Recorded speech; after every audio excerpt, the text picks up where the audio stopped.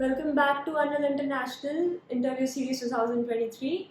After such a roller coaster ride, we are finally on the finale of this series, and this is going to be very different. Up till now, we've talked about the environmental sustainability, but in this episode, we are going a little bit further.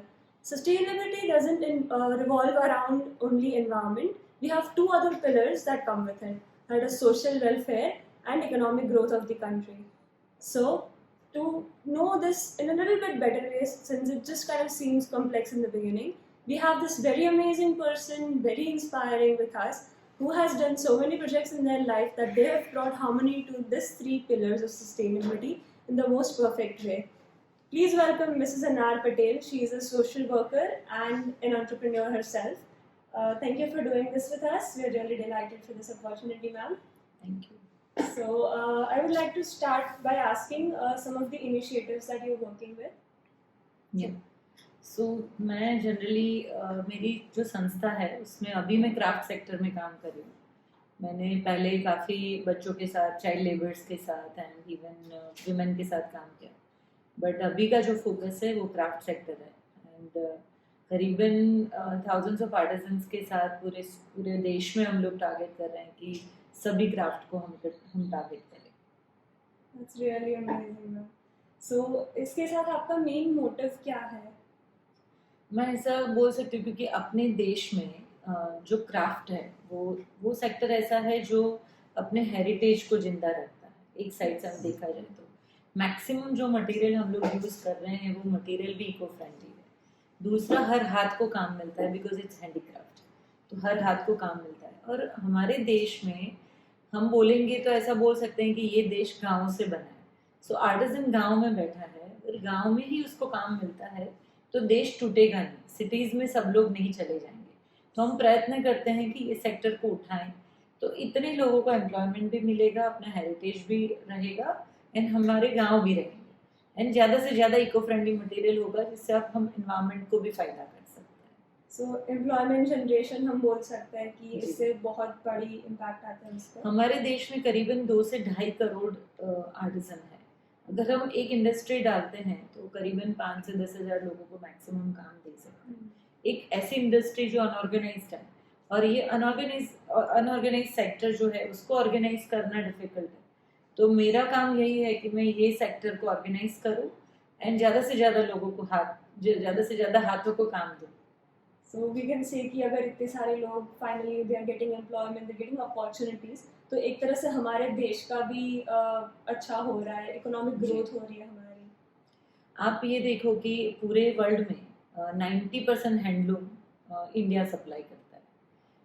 कोई भी promotion, कोई भी research और उसके बगैर आज ये देखो कि इतनी डिज़ाइंस को लाने के बाद हमारे पास इतने सारे डिज़ाइनर्स फ्लोर है. मतलब डिज़ाइन नॉलेज इतना फ्लोर पे है. यंग बच्चे आजकल क्रिएटिव फील्ड में ज़्यादा जा रहे हैं.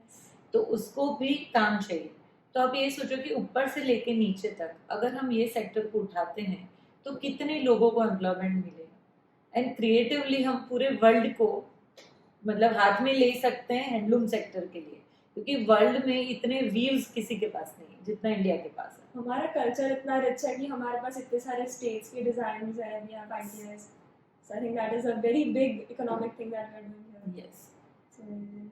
So, do you think that this plays an important role in sustainability? अपना जो human capital हम आज enhance कर रहे हैं with this employment generation, do you think it can be a part of sustainability as a concept? मैं इतना आपको बताती हूँ कि छोटी छोटी चीज़ें, 2 चीज़ें आपको बताती हूँ कि जैसे आप इमेजिन करो कि हमारे देश में एनिमल्स कितने सारे, क्योंकि हम लोग दूध पीते हैं वैसे, और इतने सारे एनिमल्स अब जो भी वो मर जाते हैं तो उसकी जो चमड़ी निकलती है तो वो लेदर. ठीक है, एक टाइम ऐसा था कि पूरे वर्ल्ड में लेदर 2 ही कंट्री से जाते थे, इंडिया एंड इटली. वो ही लेदर पहचाना जाता था. अब ऐसा हो गया है कि हम लेदर को बाहर से ला रहे हैं. इतने एनिमल्स होने के बाद हमने अपने ही लेदर को सस्टेनेबल नहीं किया. तो मैं देखती हूँ कि अगर हम लोकल क्राफ्ट को प्रमोट करते हैं तो लोकली जो एनिमल्स मरते हैं वो एनिमल्स की चमड़ी बाहर निकल के अगर हमारे लेदर प्रोडक्ट बनेंगे तभी जाके वो सस्टेनेबिलिटी में जाएंगे. तो इको फ्रेंडली मटेरियल होता है बट लोकल मटेरियल भी बहुत इम्पोर्टेंट है. तो ये क्राफ्ट ही ऐसा सेक्टर है जहाँ पे लोकल मटेरियल को हम लोग यूज़ कर रहे हैं, लोकल लेबर को यूज़ कर रहे हैं।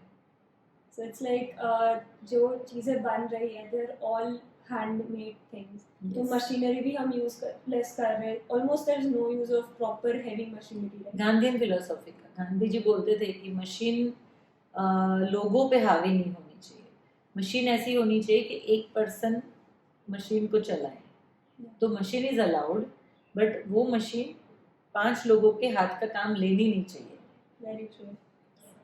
So I think that is also a way of sustainability only. Yes. कि लोग काम True. कर रहे हैं, उनके लिए भी अच्छा है, हमारे प्लान के लिए भी अच्छा है. That is very good. So if we move towards now the environment, तो do you think कि हम इन लोगों को educate कर रहे हैं, जैसे भी ये लोग उनकी lifestyle ऊपर आ रही है, जैसे उनको सब चीज़ें समझ आ रही हैं, they're getting exposed with this Yes. work. So this is also raising awareness in terms of proper environmental sustainability. So do you think that इसका भी कुछ impact पड़ रहा है? क्राफ्ट का तो पूरा आप इमेजिन करो कि craft is connected to eco friendly material. जो सिंथेटिक मटेरियल हम लोग बाकी सब प्रोडक्ट में यूज़ करते हैं, बट ये ही एक ऐसा सेक्टर है जहाँ पे eco friendly material maximum use किया जाता है, and even local material also. तो इससे क्या होता है कि एनवायरनमेंट को सबसे कम अगर नुकसान करता है तो यही सेक्टर है.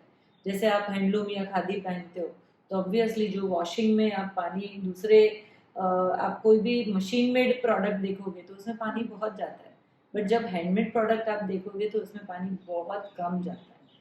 तो हर प्रोसेस में, टेक्सटाइल है या नॉन टेक्सटाइल है, हर प्रोसेस में यहाँ पे मैक्सिमम इको फ्रेंडली मटेरियल है, एंड प्रोसेसेस भी मोस्टली इको फ्रेंडली है.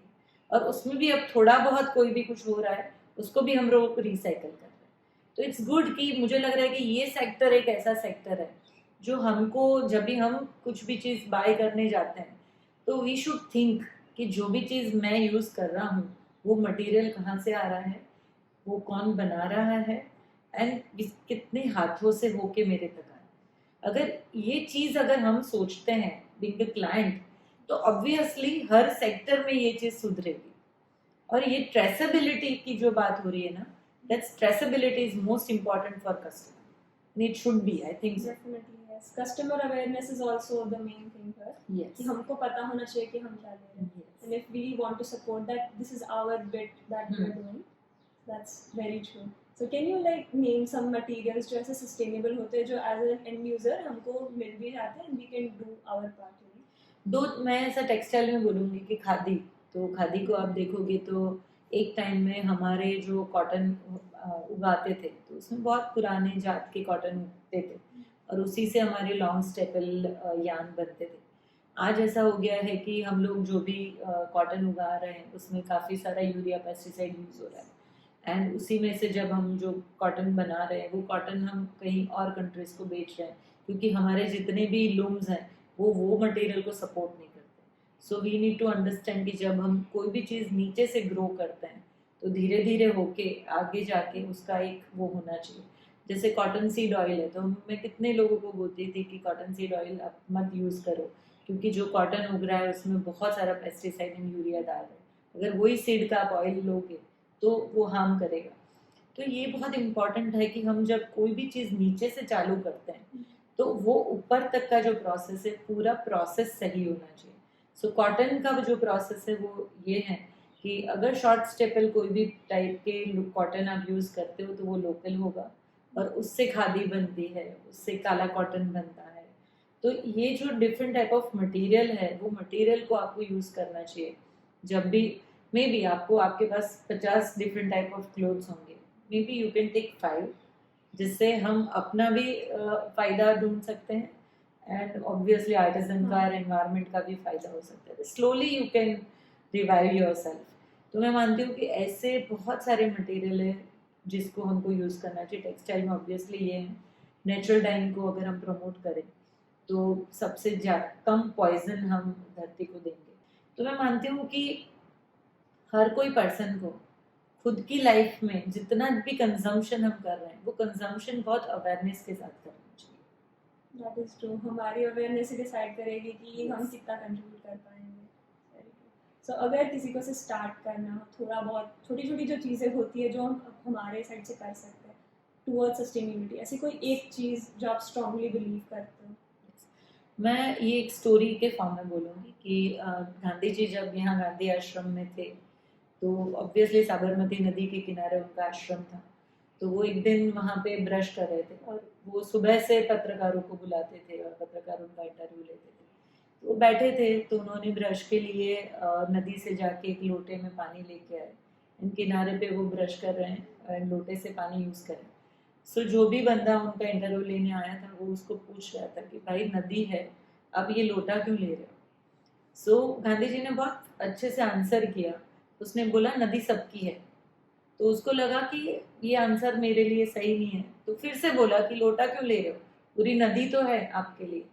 तो इट्स सो इम्पॉर्टेंट कि जो पब्लिक का जिसके ऊपर पब्लिक का हक है वो हमारा नहीं है, वो हम उसको रेंट पे लेते हैं, उसे यूज़ करना चाहिए। सो मैं मानती हूँ पानी एक ऐसा सोर्स है जो हमारा बनाया हुआ नहीं है, वो ऊपर वाले का दिया हुआ है, जिसको हम सबसे कम पानी में जितना कर सकते हैं करना चाहिए, बिकॉज पानी ही है आगे का क्राइसिस। एंड अगर पढ़ लिख के अगर हम पानी को वेस्ट कर रहे हैं तो मुझे ऐसा लग रहा है कि आगे जाके पानी के कारण ही पूरी पृथ्वी जाएगी। तो ये मेरे लिए तो ये बहुत इम्पोर्टेंट है। मैं खुद भी एक बाल्टी से नहाती हूँ और मैं ट्राई करती हूँ कि मेरे कपड़े जितने भी हैं वो कम से कम पानी में मैं वॉश करूँ। घर में भी हम लोग बहुत कम पानी यूज़ करते हैं, जो बह जाता है, टंकी टंकी पूरी भर जाती है, पानी निकलता है। छोटी छोटी प्रैक्टिसेस जो पानी के साथ रिलेटेड, मैं मानती हूँ कि इसके ऊपर काम करना चाहिए। जैसे मेरे मदर के घर में जाती हूँ तो आधा ग्लास ही पानी मिलता है, अगर पूरा चाहिए तो फिर से मिलेगा, बट हम सर्व करते हैं आधा ग्लास पानी। So it's small small practices. सबको ऐसा लगेगा कि शायद मेरे करने से क्या होगा, बट बूंद बूंद से तो सागर बनता है। Very true. It's very nice. This is really amazing talking to you. हमें बहुत सारी इंसाइट्स मिली है and it is very amazing to see कि आप सोशल वेलफेयर के साथ स्टार्ट करते हो and then you made it something that helped our country, plus it is saving the environment. यहाँ पे सारी चीज़ें इतने अच्छे से कवर हो रही है। This is very inspiring for us to see and thank you very much for talking thank to you us so much, today. It's my pleasure. Thank you ma'am.